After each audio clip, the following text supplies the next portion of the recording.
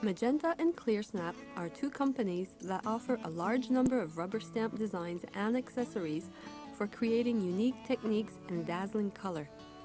This video will introduce you to the basic and most popular techniques being used today. Magenta has created a stamp line that varies from simple lines to intricate images.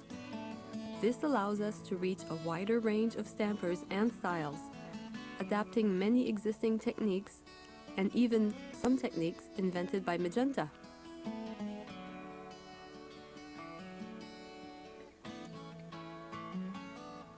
There are two main categories of inks: pigment inks, as found in color box, and fast-drying dye inks such as Vivid. Whichever ink is chosen, the basic inking technique is the same. The fast-drying dye inks are available in many different shapes and colors. They are generally water-based. Their main feature is that they dry quickly, even on glossy paper.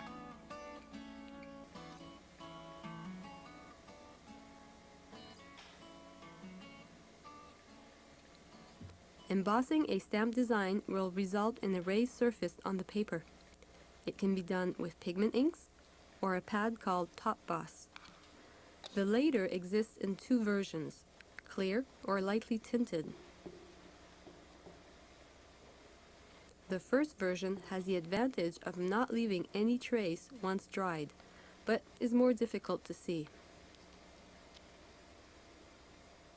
The tinted Top Boss is easily discernible, but will leave a light print if a mistake is made. Once the image is stamped, pour the embossing powder over the wet design and shake off the excess. Save the remaining powder by returning it to the jar.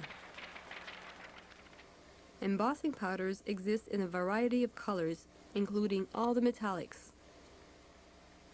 Here is a tip for artists doing lots of embossing. Pour 1 or 2 jars of embossing powder in an airtight container.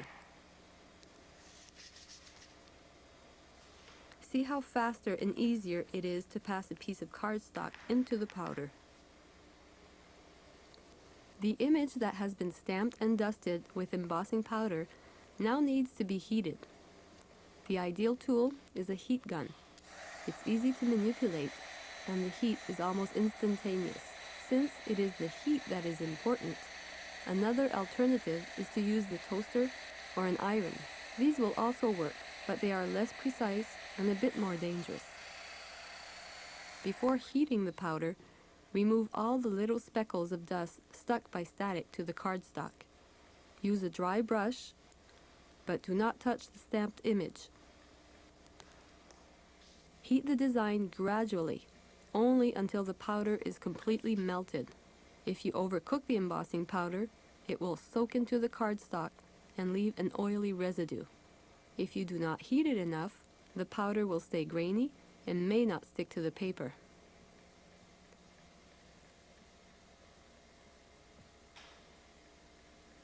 Choosing the right paper is also important when embossing.